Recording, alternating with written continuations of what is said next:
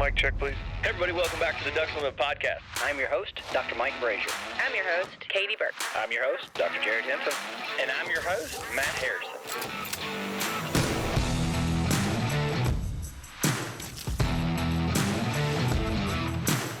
Welcome to the Ducks Unlimited podcast, the only podcast about all things waterfowl. From hunting insights to science-based discussions about ducks, geese, and issues affecting waterfowl and wetlands conservation in North America. The DU Podcast, sponsored by Purina Pro Plan, the official performance dog food of Ducks Unlimited. Purina Pro Plan, always advancing.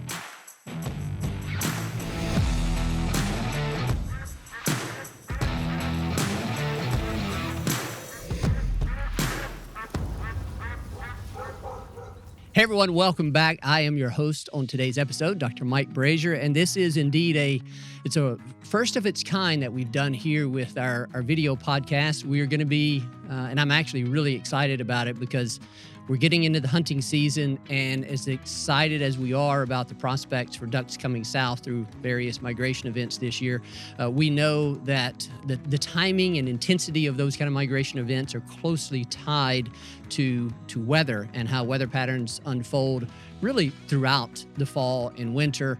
And so a lot of waterfowl hunters are tuned in closely with the weather about this time of year, and then all the way through the end of January for most of us. So we have joining us today two professional meteorologists, and this is something that we're going to be experimenting with here over the coming months, having them back to help talk about significant weather events as they unfold and what it means for you as hunters out in the field. So let me start by welcoming in Chance Gotsch, a weekday meteorologist with ABC 17 KMIZ in Columbia, Missouri. Chance, welcome to the Ducks Unlimited podcast. Yeah, super excited to be here. I've been a long-time listener, and so it's cool to have the opportunity and excited to talk about pretty much two of my favorite passions, and I'm sure Scott's on the same track here, weather and also duck hunting. Yeah, very good. And so Skot Covert is our other guest. He is chief meteorologist for CBS 5 News, KFSM, Fort Smith-Fayetteville, Arkansas. Scott, same to you. Welcome to the Ducks Unlimited podcast. Thanks. Just like Chance, I listen to every episode, highlight of my week, and talking about two of my favorite topics, weather and waterfowl. Yeah, so you guys have already alluded to the fact that you are waterfowl hunters. That's one of the things that makes this conversation a little bit more unique, I think, than what we may have just randomly had if we reached out to some meteorologists. You guys you're hunters. You understand and you're professionally trained meteorologists. So your experiences in the field, the years that you've you've spent hunting, give you that personal connection with the resource, and then of course your profession allows you to think about how weather at a pretty detailed and technical level may play into what you're experiencing or are likely to experience over the fall and winter or on any given day. So I want to start out by giving each of you an opportunity to talk about sort of as a duck hunter, like what's your favorite weather to hunt in? And Chance, I'll start with you. Yeah, I think mine, I'm not too big of a fan of ice. I like hunting it here in Missouri. A lot of times hunting flooded corn, but I'd probably say just above freezing and a light snow, just because it really gets them stirred up from the refuge and gets them going. But that's probably my favorite. A lot of people here love the ice. I get it, but I don't like dealing with it too much and moving out of the decoy spread. And Scott, what about you? I would have to say the thaw. We had the big freeze last year, and as painful as that was for several days, things were just locked up. I think we were all looking forward to that thaw, and for me, it panned out really nicely. And so I'm not looking forward to things getting locked up this year. If it happens, we'll talk about that today, of course. But if it does, the thaw is always fun.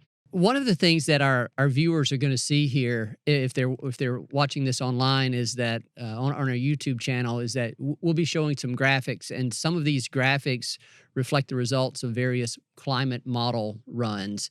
And those things, I follow enough meteorologists on X now that I know that these models run 7, 14, maybe even more than that days in advance. And the farther out you get, obviously, the less certainty you have in what those projections, what's actually going to materialize. But you two being waterfowl hunters and having access and it actually being your job to look out 14, 21, however many days, you have to, I mean, you have some inside information that the rest of us don't. How in tune or how much more excited does that make this time of year for you? Skot, I'll go with you first. Well, it kind of just depends on the outlook, right? True. And let's let the cat out of the bag. La Nina, for those of us here in Arkansas, maybe not the best setup. So I don't know if that necessarily gets me excited, but it does excite me to know that we can look further out and beyond that 7-day forecast. I know a lot of hunters this time of the year are tuning in for that 7-day forecast, but to be able to go a little bit further, maybe plan some vacation days, that does personally give me a bit of a benefit. Chance? Yeah, kind of what Skot was saying. It's nice to have that general, hey, there could be this happening. You know, a lot of times we're putting out there what is more of a realistic scenario, but sometimes we could see some things that are a little bit more alarming, a little bit quicker that we're not necessarily saying just yet because of the uncertainty. So it's kind of like Skot said, something where you can plan out maybe a little bit further for those vacation days before, you know, you can really start to lock in uncertainty of maybe big fronts that could be pushing ducks through. On the contrary, I know Chance will agree with this. You know, we don't necessarily have the luxury of always taking off when these fronts come through, because if there's bad weather, we got to work, and so sometimes it can be a double-edged sword. Yeah, I guess so. And so the viewers today and listeners will hear some of that and hear some of these longer range projections. And yeah, we can begin to think about how it may influence what we experience this year. And I think probably what we're going to learn is that, boy, if we have an opportunity to get in on a potentially good hunt this year due to some short-term weather event, we should pretty well take advantage of that this year more than a lot of others if these projections hold true. So, Skot, you did kind of touch on what it is we're going to be talking about, and that is La Nina, or the larger El Nino, La Nina kind of weather or climate patterns. Last year, many of our listeners will remember that we talked about a fairly strong El Nino that we were experiencing, and it had some very, very profound effects on us. So this year, it's a little bit different, and so we're going to be talking about that. But where we are relative to this El Nino, La Nina cycle, and we'll get to that in just a minute. What I want to do right now is have a little bit of fun and say that, you know, there's a lot of our listeners that are probably of the age that when we hear someone talking about El Nino or La Nina, at least part of your brain goes back to this now famous clip from a Saturday Night Live skit in 1997. Play that for us, Chris. I am El Nino. All other tropical storms must bow before El Nino. Yo soy El Nino. For those of you who don't habla español, El Nino is Spanish for the Niño. So that, of course, was the late, great Chris Farley, rest his soul. He was a tremendous comedian. I loved watching him on Saturday Night Live, and that, of course, was always one of my favorites. So the other thing that we chatted about before we started recording here was just one of the things that he mentioned. Of course, his character in that skit struggled to know exactly what the proper translation of El Nino was, and we were talking about that. And you know, the three of us we were vaguely familiar with the Spanish translation. Well, I think we are familiar with the Spanish translation of El Nino and La Nina. You know, the little boy and little girl. But more technically, this El Nino, when you go into a NOAA site and it says that El Nino reference originated by fishermen off the coast of South America, as there was this recurring appearance of unusually warm water in the Pacific Ocean. It typically arrived around Christmas time, around the first of the year. And so El Nino technically means in Spanish, the little boy or the Christ child. And it was that Christ child sort of reference associated with Christmas that I think led them to call it that. Now, y'all were telling me with respect to La Nina, it means the little girl, but it was not originally part of this larger climate pattern that we're going to talk about. Yeah, that was really discovered in the basically the 80s is when that became widely accepted in the scientific community. And so you'll probably hear Chance talk about ENSO, El Nino Southern Oscillation. It's not because La Nina is not included. It's just that term came to be long before we discovered La Nina. So let's go there right now. We have a few graphics here, and Chance, I'm going to turn it over to you to kind of walk us through this. What is El Nino Southern Oscillation, the El Nino La Nina climate pattern? Give us sort of I have to say, 101 education on this phenomenon, and so you can just prompt us whenever you want that graphic, Chance. Yeah, so basically the El Nino Southern Oscillation, like Scott was saying, is basically the temperatures of the sea surface temperatures in the tropical Pacific Ocean, so off the southwest coast. So basically, there's a lot of buoy monitors out there that will determine what the actual temperatures are, and it's a change in the actual temperatures, a shift of about half of a degree that we'll see within those sea surface temperatures. So on years where we typically see warmer waters, that depicts one thing. On years where we typically see cool waters, that depicts one thing. And average years is going to be ENSO neutral. So if we want to go ahead and throw up that graphic there, kind of dig into a little bit about that. So basically, these are not the only things that will determine a seasonal forecast pattern. Typically, we're looking at about 3 months for a seasonal forecast, a little bit further ahead. But the ENSO neutral, this is typically what we will see. So it'll coincide with warmer than average. When we talk about climate, a lot of times we're not talking about, it's going to be 32 degrees for the forecast. We're talking a little bit further out. So we basically break it down into two different ways. One is going to be temperatures, and that'll be measured above average and below average. And the other will be the conditions for precipitation. So we're going to be looking at rainfall a lot of times, or snowfall, and that's going to be wetter than normal or drier than normal. So ENSO neutral, this is typically the pattern we're going to see. The northern United States into Canada typically sees cooler than normal. The southern half back towards Mexico, we're going from Texas, a lot of Arkansas, and down to the southeast, extending pretty much all the way west back towards California. Going to paint a picture that area back towards the equator is looking warmer than normal. And then we'll see some little wet periods due to the jet stream pulling more moisture through. That'll pretty much transcribe from eastern portions of Texas, making its way northeast, back towards pretty much Pennsylvania in that area, then off to the southeast. So that's an area we typically see a little bit wetter. Now, when we switch over, if we want to go ahead and switch over to the next graphic, we'll talk about El Nino. So this is what we saw last year. These are typical setups.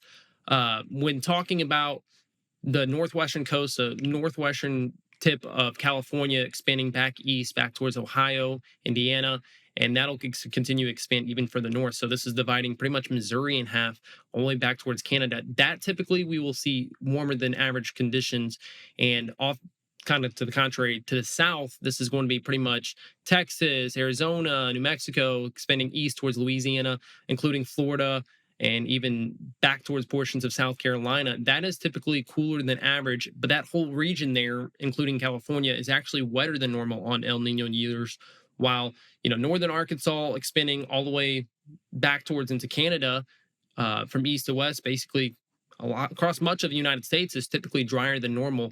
And that actually has to do where the low pressure is off the western coast and how it pulls the jet stream back across much of the continent. Now, when we talk about La Nina, which we're going to be transitioning in September, November, there's I want to say into the 70% chance that this is what we're going to be kind of seeing into if we go to the next graphic. We're going to be talking about what we're going to probably be experiencing as we head off into the upcoming duck season, which is a lot of times going to be depicting drier than normal conditions from pretty much you split California in half and you draw a line all the way across to the East Coast. So that's splitting through pretty much portions of Oklahoma, central portions of Arkansas, all the way back east to the coast and south.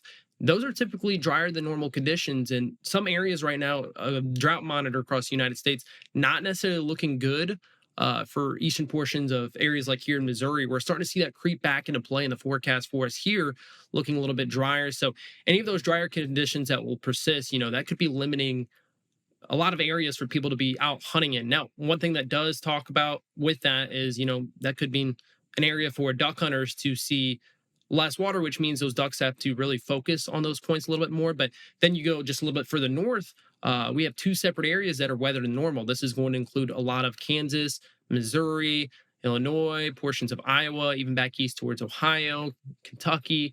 That's wetter than normal typically because of where we see the jet stream bring the moisture inflow back. And then also the northwestern portions of the United States, northern California and areas just north of that are typically going to be wetter than average. And then that whole pocket there from northern California all the way back to the east towards Minnesota, And Canada is typically going to be looking cooler than normal for conditions. And this is kind of what, and I'm sure Scott's going to go into this a little bit more here in a bit, is kind of where we're going to be heading with our forecast for this upcoming duck season. Scott, I mean, this is awesome. This this is great. Anything to add to that, Scott? I have a number of questions, but I want to give you an opportunity to Sure. chime in here.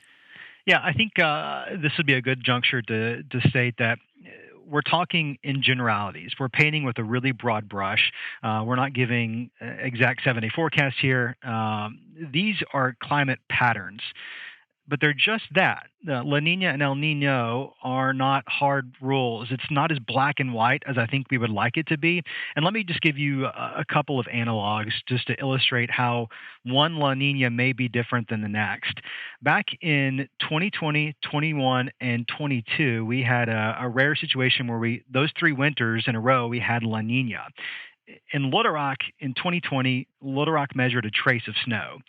In 21, we measured 20 inches of snow, and in 22, we measured 6 inches of snow. So you can see that in those 3 back-to-back La Nina years, we ran the gambit on winter precip, well above and well below average. So there's no hard rule here when it comes to La Nina and El Nino, but these are broader patterns, and there will be deviations. If you live in an area that La Nina might favor drier than normal conditions, that's not to say you're not going to get a little bit of rain here and there. If you live in an area where our La Nina maps may suggest you have warmer than average temperatures, that doesn't mean you're not going to get a cold front. I think those things are likely, especially with how variable La Nina patterns can be. But when the winter is over with and the record books are closed, when the numbers are averaged out, that's where we end up with these maps. More often than not, parts of the southern U.S. are probably going to be drier than others, but that's not to say we might not see a little bit of rain here and there. My recommendation is if you do get one of those fronts, you better hunt it. Yeah. And so I have a couple of questions related to Chance, some of the things that you stepped through there. I want to go back to last year. El Nino, we came into probably about this time of year, we were talking about a very strong El Nino. And as you just described, the tendency is for that southern third of essentially the entire U.S. to be wetter than average. Yet December of last year, and some of those, I think maybe even up until January, it was very, very dry. So abnormally dry relative to an El Nino. And that kind of emphasizes some of what Scott was saying there. And y'all correct me if I'm wrong in any of my recollection here, but my question is, like, what happens during a given year that would make it deviate so much from the average for an El Nino? Yeah, and I mean, kind of what Scott's saying, there's a lot of different things. This is just a typical pattern. One of the other things is what we call the MJO, which would be the Madden-Julian oscillation. And basically, if you were to take the globe and you print it out on a flat piece of paper and cut it in half, it's pretty much one side is going to be seeing a more active, wetter season than the other half. And that typically will switch 60-day to 90-day patterns. So that's also a different play on that. We also have things that we call atmospheric blocking. So sometimes this is a little bit more localized, not necessarily over a long-standing period of time, where we have a high-pressure system pretty much sit there for 5 days or more, and it can completely dry out an area. And then also kind of alluding to what you're talking about, we were in that long-standing drought. We saw the duck numbers really decrease for pretty much a substantial amount of time there as a whole. And going into that, we had a lot of issues here in Missouri, just let alone we had wildfires too because of that. But a lot of it is tied to other things, sometimes localized. So high pressure systems could be an issue, and other things that could be affecting it, like the Madden-Julian oscillation, could play a big part on that. A couple other thoughts that may influence what we saw last year. This is really technical and really nerdy, but you get into the details of it's not just how cool or how warm those waters are in the Pacific, it's where those pockets of anomalies are. If, for instance, the cooler waters are closer to the South American coast, you call that kind of an eastern La Nina. That's going to displace the jet stream in a certain area. That blocking high sets up in a certain area, versus if it was further towards the west, closer to Asia, that blocking high is a little bit further towards the west as well, may even be a little bit stronger. So there's a lot of other variables aside from just sea surface temperatures. It's where those waters set up. And the other thing to keep in mind too, and this gets into the granular details of the numbers, and this is data and it's boring and no one ever dives into it, right? We're talking seasonal averages. So December, you're very right. But what about November and then January, February, and beyond? And so you got to, the record books doesn't look at it in the sense of like what we traditionally as humans care about winter or think of winter, and it certainly doesn't look at it through the lens of duck season dates, but it spans those 3 months, and then it averages it all out. So you might have had a really dry first part, and you might have had some water on the back end. So, Skot, is this a good place to transition to some of those sort of model runs, those other graphics that you provided with us? And I'm just going to let you talk about what these are. How do we interpret these? So take it away. Yeah, so the first thing to keep in mind is you look at some of these charts here. These are models, but they're not forecast, and that's something that as meteorologists we kind of battle with these days. We use these models and we take the data. We also take our own understanding, our own education and experience, and then make a forecast. But this is how the sausage is made. This is kind of a broad look at 3 of the larger models. The first on the left is the North American Multi-Model Ensemble. It's a newer model, but it's taking into account a lot of different data. Top is going to be precipitation. Bottom row of charts is going to be temperature anomalies. And so we're just comparing based off of the average. And that North American Multi-Model Ensemble continues to show a pretty typical La Nina pattern, really dry in the southern part of the United States, maybe a little bit wetter in the Pacific Northwest, some of the Canadian prairies. The middle run, that's going to be the single European model, seasonal outlook, and it shows a pretty similar pattern. The CFS, which is a singular American model, is showing a pretty typical La Nina pattern as well, although maybe it's a bit more opportunistic when it comes to rainfall in parts of the northern tier of the Mississippi Flyway. You get over to into the Ohio River Valley, which is really dry right now. They could definitely use some La Nina rains. It's a bit more aggressive there. The bottom row, that's going to be your temperatures, and you can just glance at a 30,000-foot view and you can see, wow, all of those models are shaping up to be somewhat of a warm winter. Again, these are models, not necessarily a forecast. If you do look at the weather forecast from NOAA, the seasonal outlook, it really resembles a lot of this. The data that we're seeing suggests a pretty mild winter with some dry conditions in the south. And you look to these models and you hope, well, maybe there's a trend. Maybe there's a trend that's going to change the NOAA forecast, and maybe it's going to bring us a little bit more rain to the south or cooler temperatures. Not really seeing that in this latest set of data. And so that the NOAA forecast, seasonal forecast that you talked about, we had some of those graphics earlier, but we took those out because it showed something pretty similar to what we're seeing here. You were saying, I think we were saying in an email that there's going to be another forecast, seasonal forecast coming out later this week. Is that right? That's right. It'll come out on Thursday the 19th. There'll be another one closer, I want to say in November. And just like in a 7-day forecast, they get more accurate the closer you get.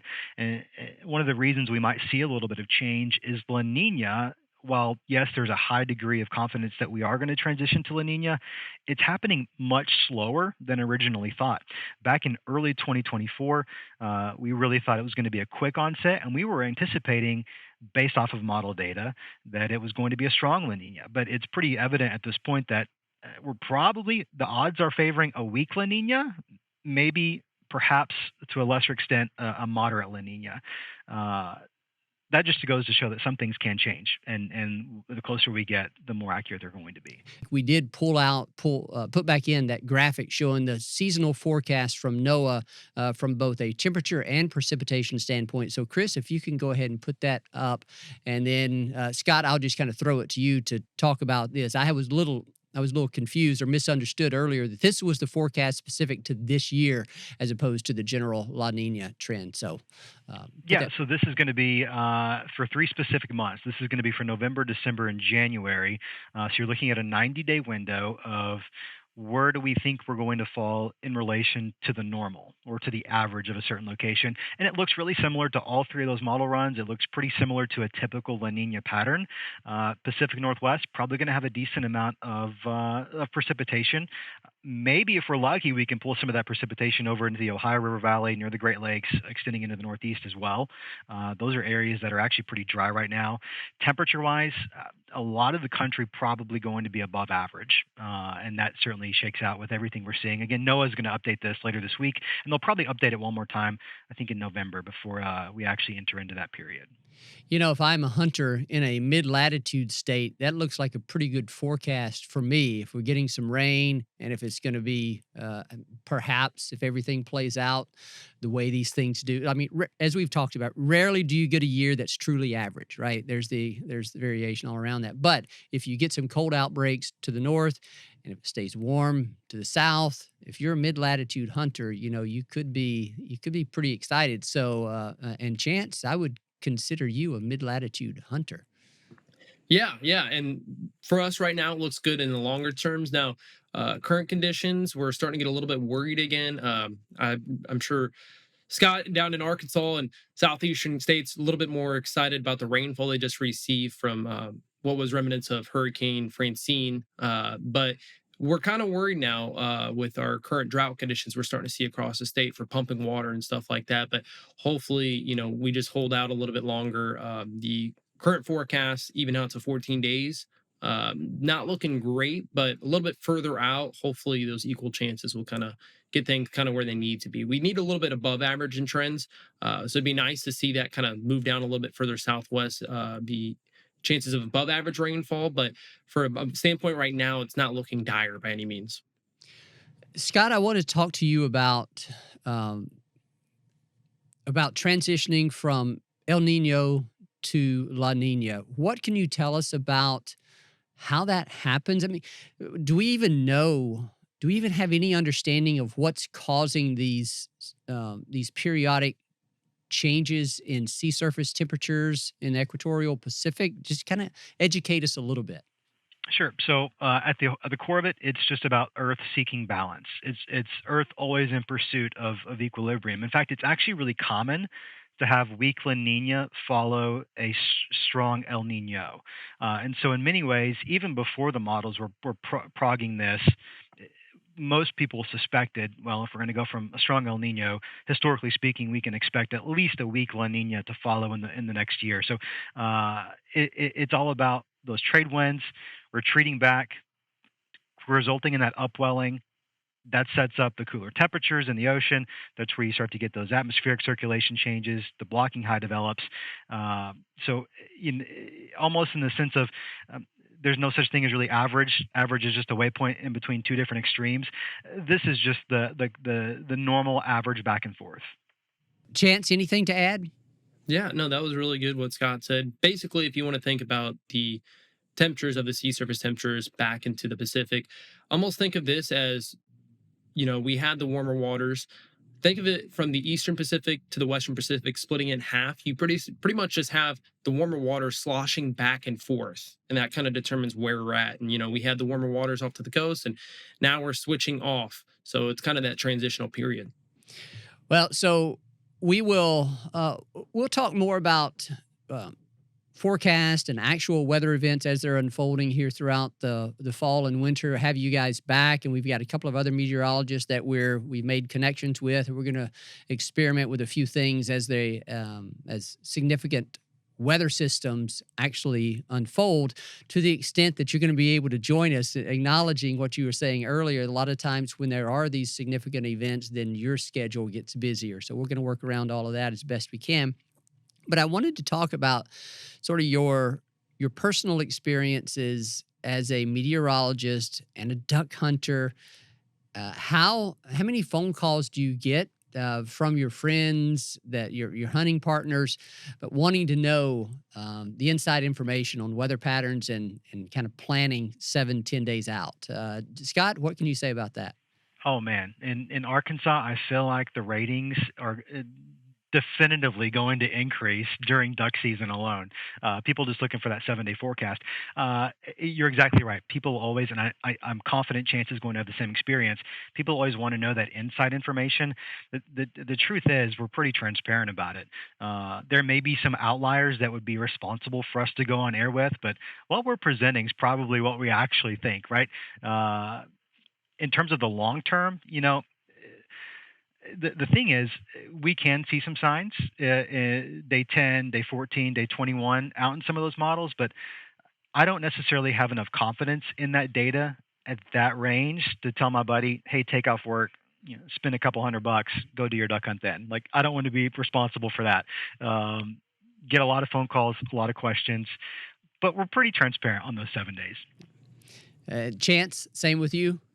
Yeah, I honestly, I think the thing I've noticed the most since starting meteorology was my friends are a lot more in tune with weather than I could have ever imagined. I mean, a lot of times I'm seeing stuff happening that's a little bit further out, and I'm getting my buddies calling and texting me like soon as a model puts out something a lot of times too far out, and they're like, oh, this is going to happen, what do you think? So it's kind of funny to see them, and I'm watching them actually go through some of the models with me, which has kind of shocked me in the last couple of years. I'm like, how do you know about all this?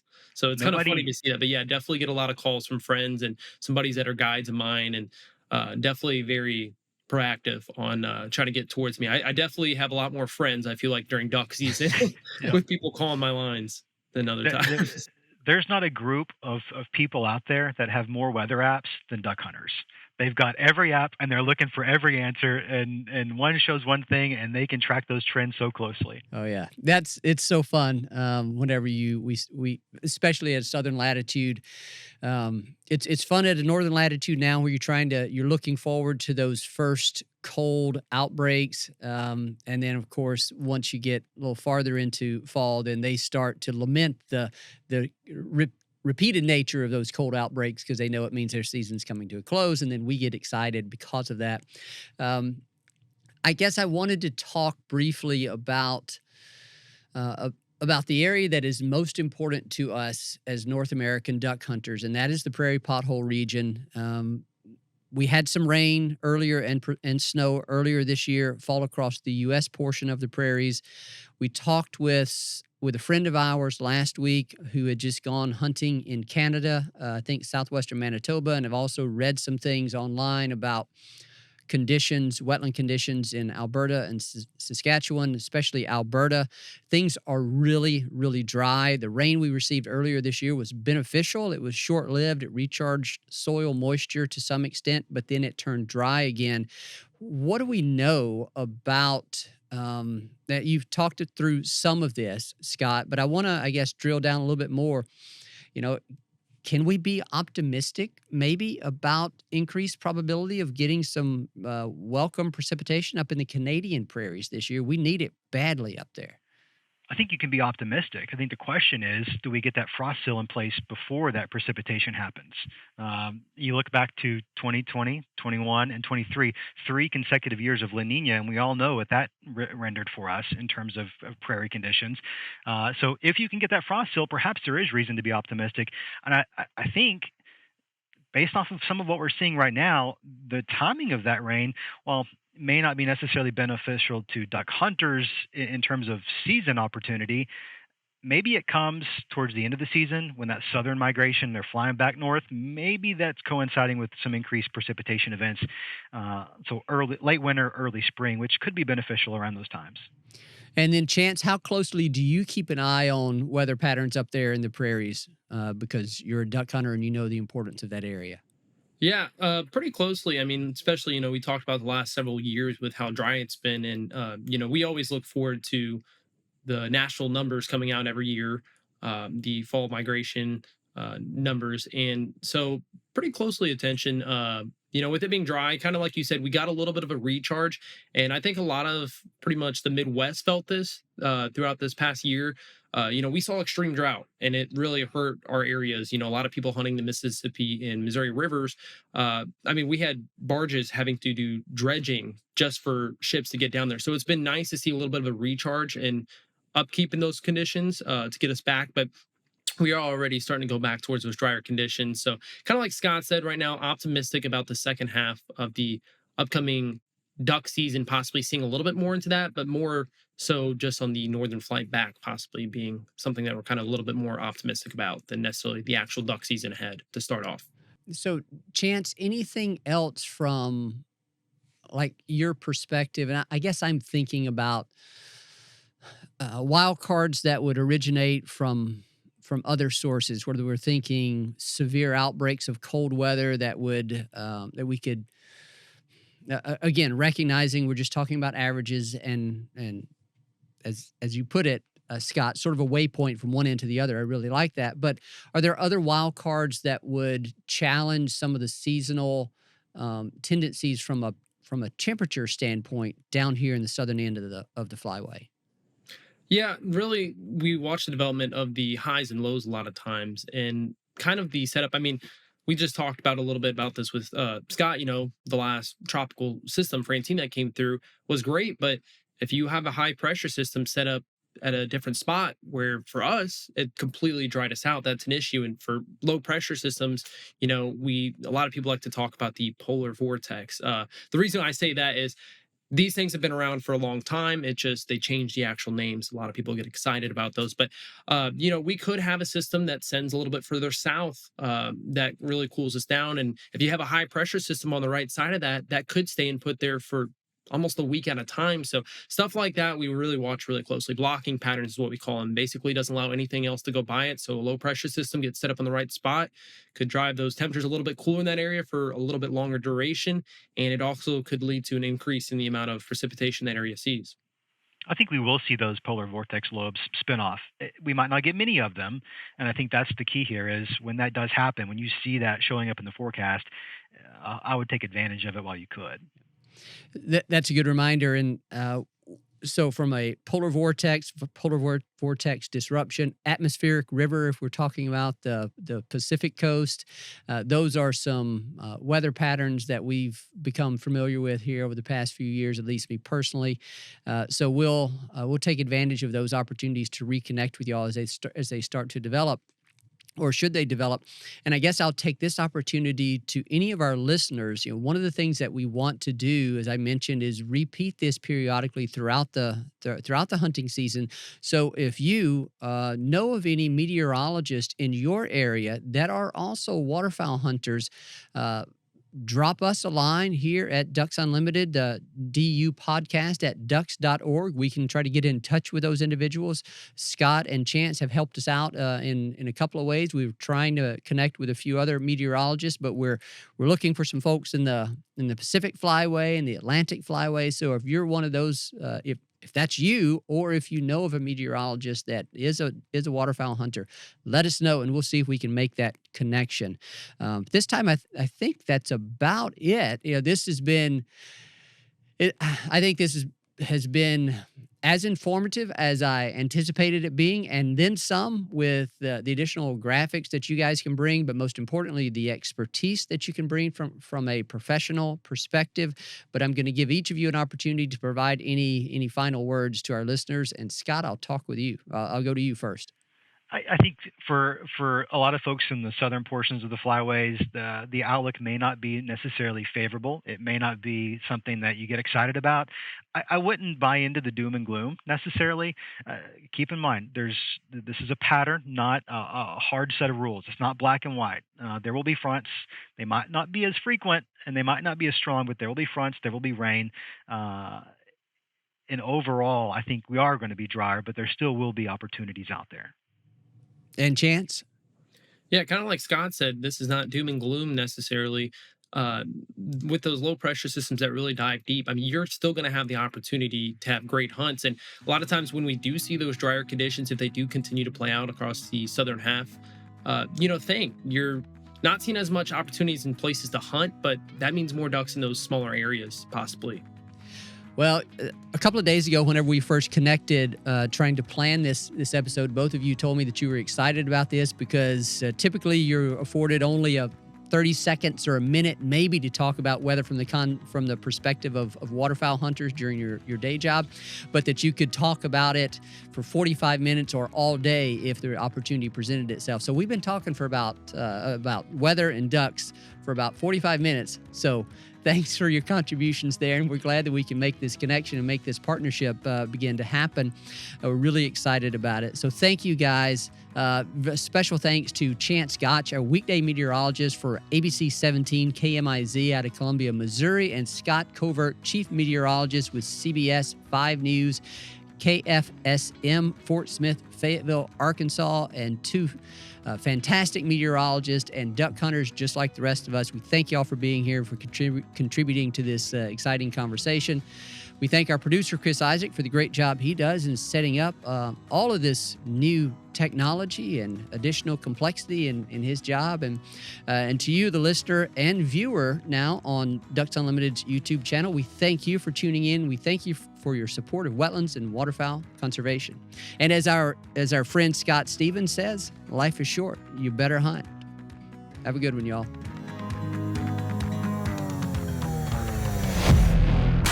Thank you for listening to the DU Podcast, sponsored by Purina Pro Plan, the official performance dog food of Ducks Unlimited. Purina Pro Plan, always advancing.